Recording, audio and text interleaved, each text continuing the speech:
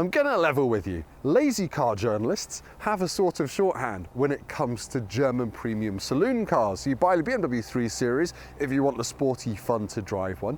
You buy the Mercedes C-Class if you want the luxury, high-tech one. And you buy the Audi A4 if you kind of can't tell the difference and your Audi dealer's closer. Yeah. Obviously, I am being flippant here, but what is the Audi A4's unique selling point? In this video, we're gonna find out.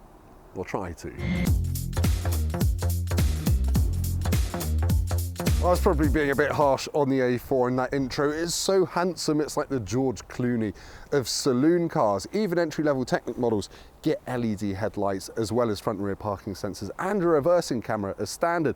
Then you can step up to S-Line, you get a more aggressive body kit and bigger alloy wheels. And this one is the Black Edition, which has taken off all the chrome and replaced it with shiny black plastic bits. It hasn't, it was actually just built like this in the first place. But details, it's got the iconic Black Edition alloy wheels, which are this kind of two-tone effect. It looks like someone has shaved off the rough edges on a truckle of cheddar cheese. There's nothing cheesy about the A4's cabin though. It treads a fine line between the chintz of the Mercedes C-Class's interior and the monotone boredom of the BMW 3 Series interior. It is a bit grey, but it just feels really posh and lovely. You have got all this piano black plastic though, which in my experience does get scratched quite quickly. I like the flat bottom steering wheel that you get in S-Line models and above, which kind of hints at sporty handling, which we'll come on to in a minute.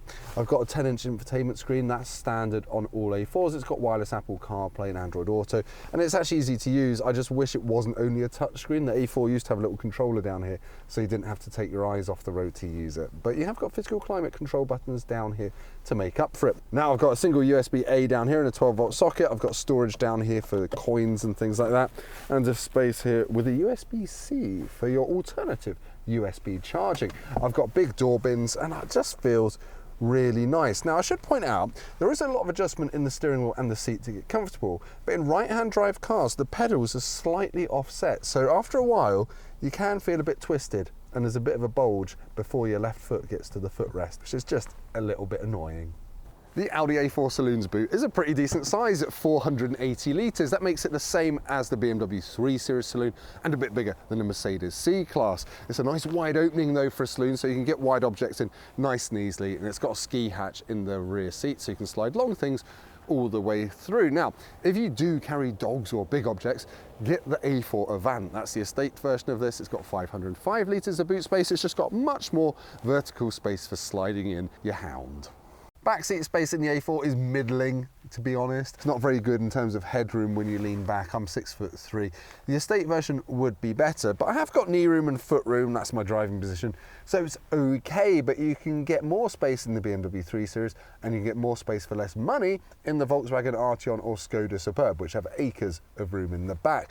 Now, your middle seat passenger's got to contend with this massive hump in the floor, so it's not going to be great for 3 adults back here, but it's reasonably comfortable. The one major annoyance though is if you flip the centre armrest down, you don't get any cup holders unless you pay for the optional storage pack. That's one of the meanest things I've ever seen. Come on Audi, do better. Right, driving the Audi A4. There used to be a time when Audi A4, especially S-Line models, were ridiculously firm and jittery, and I'm happy to say that's no longer the case. I mean, sure, it still feels sporty, but I can go along the super bumpy fen road and not have my vertebrae separate into little quaver-like bits of bone. And when you get to a corner, things have changed as well. The Audi A4 used to be the king of understeer, but now it just turns in and it goes almost as well as the BMW 3 Series tackles a corner, but because this isn't rear-wheel drive, you don't get the same push on the exit of a corner. Now, you can get this with Quattro 4-wheel drive if you live somewhere it gets very cold. Otherwise, just stick a set of winter tyres on a front-wheel drive one and you'll be fine. Now, in terms of engine choices, it's pretty straightforward. These days, the A4 comes with either a 2-litre petrol or a 2-litre diesel, and both come in about 150 or 200 horsepower flavours. This is the 200 horsepower petrol, and it goes some. It is pretty quick and it feels pretty sporty, to be honest. Now, downside to that is obviously I'm only getting about 40 mpg. Average the diesels will get more like 50-55, and if you get the lower power diesel, the 163 horsepower one, you can get over 65 mpg, which is ridiculous and a great choice if you mostly do motorway cruising, and it's still fast enough. But yeah, it's an easy car to drive. You can see out all around. The gearbox does what you want. It just feels very refined. Like, Audi has been working on the A4 recipe for decades and decades, and this is the best version yet. But what do I think of it compared to 3 Series and C-Class? Well, let's go to a conclusion and find out. At the start of this video, I said we're going to try and work out where the A4 sits in between the C-Class and the 3 Series, and it's kind of just the best all-rounder of the three, in my opinion. It looks smart, it drives nicely, but not as well as the 3 Series, and the cabin is a bit less chintzy than the Mercedes, but it's got all the tech you need, it's comfortable, and in the estate version, it's very practical as well. So, as usual, my advice is buy the one you like the looks of the most, because there's not a bad choice out of the three of them. Thank you so much for watching this video. If it's been helpful, hit the big thumbs up, give us a like. Also subscribe to the Motorpoint YouTube channel, because we've got plenty of really good car reviews coming soon, even the ones with me, and go down to the comments and tell us what you think of the Audi A4. Would you buy it over a 3 Series or a C-Class, or should you just buy a Skoda Superb?